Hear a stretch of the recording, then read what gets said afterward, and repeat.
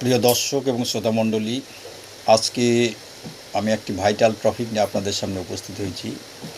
আজকের ভাইটাল টপিকে যে বিষয়টি আমি আলোচনা করব সেটি হচ্ছে আমাদের ব্লাড প্রেশার। এই ব্লাড প্রেশার দুই ধরনের হয়ে থাকে, একটা হাই এবং লো। এই দুই ধরনের প্রেশার হয়ে থাকে। হাই প্রেশার হলেও আমাদের শরীরে যেমন ক্ষতি বা দুর্ঘটনা হতে পারে, ঠিক নিম্ন লো প্রেশার অর্থাৎ নিম্ন রক্তচাপ হলেও তেমনই আমাদের সমস্যা হতে পারে। আমাদের হৃৎপিণ্ডের সর্বদাই সিস্টোলিক এবং ডায়াস্টোলিকের ফলে কিন্তু এই ব্লাড সার্কুলেশনটা পরিচালিত হয়।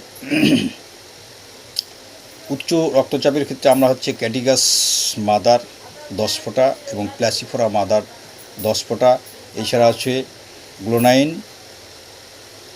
6 এই 5 ফোঁটা, এই তিনটি ওষুধ সামান্য সুদুষ্ণ গরম জলে যদি দিনে 2 ঘন্টা অন্তর অন্তর যদি ইউজ করে থাকে তাহলে কিন্তু খুব সুন্দর কাজ করে। এছাড়াও অন্যান্য আছে, রাহুল ফুলিয়া মাদার, আরও অনেক কিছু আছে। আমি মোটামুটি মেন মেডিসিনগুলি আপনাদের সামনে তুলে ধরলাম। এবার আসি নিম্ন রক্তচাপ অর্থাৎ লো ব্লাড প্রেশার। এই লো ব্লাড প্রেশারের ক্ষেত্রে কিন্তু অ্যাব্রোগেসিয়া 6 এই মেডিসিন খুব সুন্দর কাজ করে। এছাড়া ন্যাট্টামফ্রস, ভেসিকাম 6 এই মেডিসিনগুলি যদি আমরা নিয়মিত বেশ কিছুদিন ব্যবহার করে থাকি তাহলে আমাদের লো প্রেশারের ক্ষেত্রে কিন্তু অব্যর্থ। প্রিয় দর্শক এবং শ্রোতামণ্ডলী, আমরা কিন্তু এই মেডিসিনগুলি নিজের বাড়িতে হাতের পাশে অর্থাৎ টেবিলে রেখে দিতে পারি। মানে মাসে 2 বার যদি আমরা প্রেশারটা চেক আপ করে নিই তাহলে কিন্তু আমরা বডি ফিটনেস সম্পর্কে জেনে নিতে পারবো।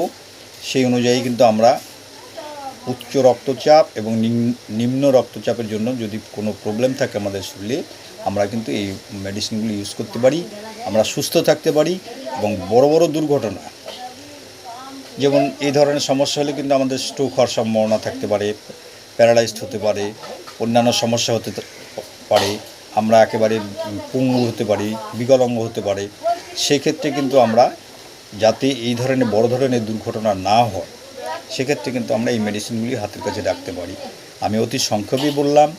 এরপর আমি টপিকে হাই ব্লাড প্রেশার সম্পর্কে ডিটেলস বলবো এবং মেডিসিনগুলির থরলি খাওয়ার নিয়ম শৃঙ্খলা এবং কেন আমাদের এই ধরনের হাই প্রেশার হয়ে থাকে, কি কি কারণে, আমাদের ভেনে কি কি প্রবলেমের জন্য এটা হতে পারে, আমাদের কি কি বদ অভ্যাসের জন্য এটা হতে পারে, আমরা কি ধরনের খাদ্যাভ্যাসের কারণে হতে পারে, আমি ডিটেলস আলোচনা করব।